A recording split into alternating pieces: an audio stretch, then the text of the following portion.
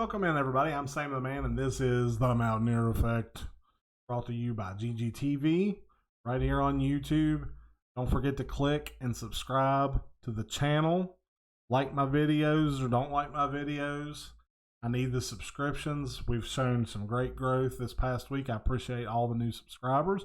Appreciate everybody that's reaching out and giving me some positive feedback. I really do appreciate it. Today I want to talk a little bit about quarterback controversies and the fact that at WVU there is not a quarterback controversy. So let's go.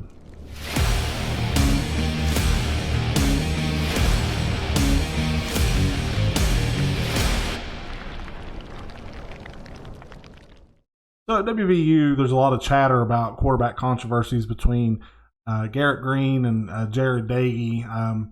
And I'm seeing it from the fans, from some commentators. And, you know, I'm really disappointed that the fan base is went that route with it. Considering Doege over the past 3 years has thrown like 12 interceptions total. You know, you can't bench a quarterback for throwing one bad. It was a bad interception against Virginia Tech. I will give him that, but you can't bench him just for that.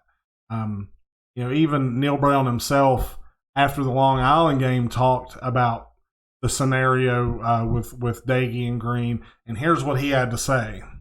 If you didn't watch his post-game press conference, I'm going to read you the quote and then tell you exactly what it is he's saying. But Neal Brown says, Garrett did some things, you know, we had his first 2 drives of the game scripted for him play-wise. I don't know if he ran any of the plays exactly the way they're supposed to be ran, but he made some plays. Credit to him. That's kind of where it is with him. He did a good job of creating some plays. Some of those didn't need to be created, and he could have thrown in rhythm. Really what Neal's saying is Jarrett don't know the playbook. He don't know the playbook, and he don't know how to read a defense, and that's a problem. That's really essentially what he's saying. If they had scripted the plays and he couldn't run the plays that were called, then he doesn't know the playbook. You cannot put a quarterback in that doesn't know the playbook. You just can't do it. You also can't put a quarterback in, a redshirt freshman at that can't read a defense. His first inclination is to run. His second inclination is to pass. That's what Neal Brown's saying. There's times where he could have thrown the ball down the field and probably scored against Long Island University instead of running. That's just the truth of it. Like it or hate it, that's just the truth of it.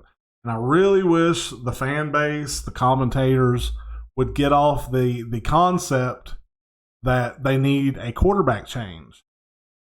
Jared Doege is more than adequate for the schemes that they run. Now, granted, he's got to work on some of his decision making, but he's thrown 3 interceptions this year. You know, the Virginia Tech one was the worst one. It was a bad throw, and it's going to happen. He's young. It's going to happen. He's a kid. It's going to happen. But at the end of the day, you can't take a redshirt freshman and put him in over a senior when he doesn't know the playbook and he can't read a defense. Period. You just can't do it. And anybody that thinks different, you're wrong. And that's what the Mountianeer Effect's all about, ladies and gentlemen, is just kind of giving you the unadulterated truth of it all. And that is the unadulterated truth of the quarterback controversy. It's something for people to talk about, and that's it.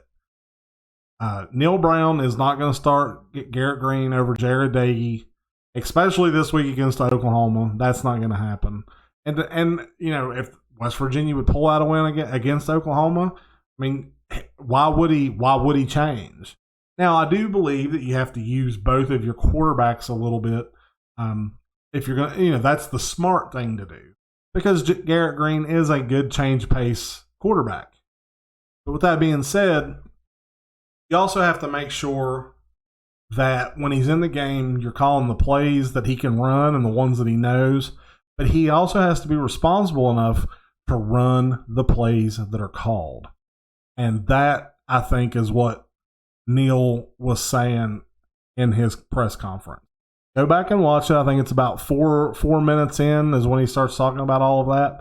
Go back and watch it, and you'll see. I mean, Neal himself was laughing a little bit about what he was saying because it was so ridiculous.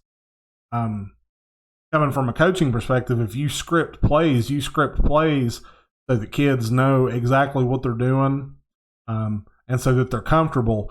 And when they come out and they go off script, that means that either they're not given in to the coach's authority or they don't understand what they're doing. And I think that's part of what it is. I mean, he's a redshirt freshman. That's what you get. But I'm Sam the Man. This is the Mountianeer Effect.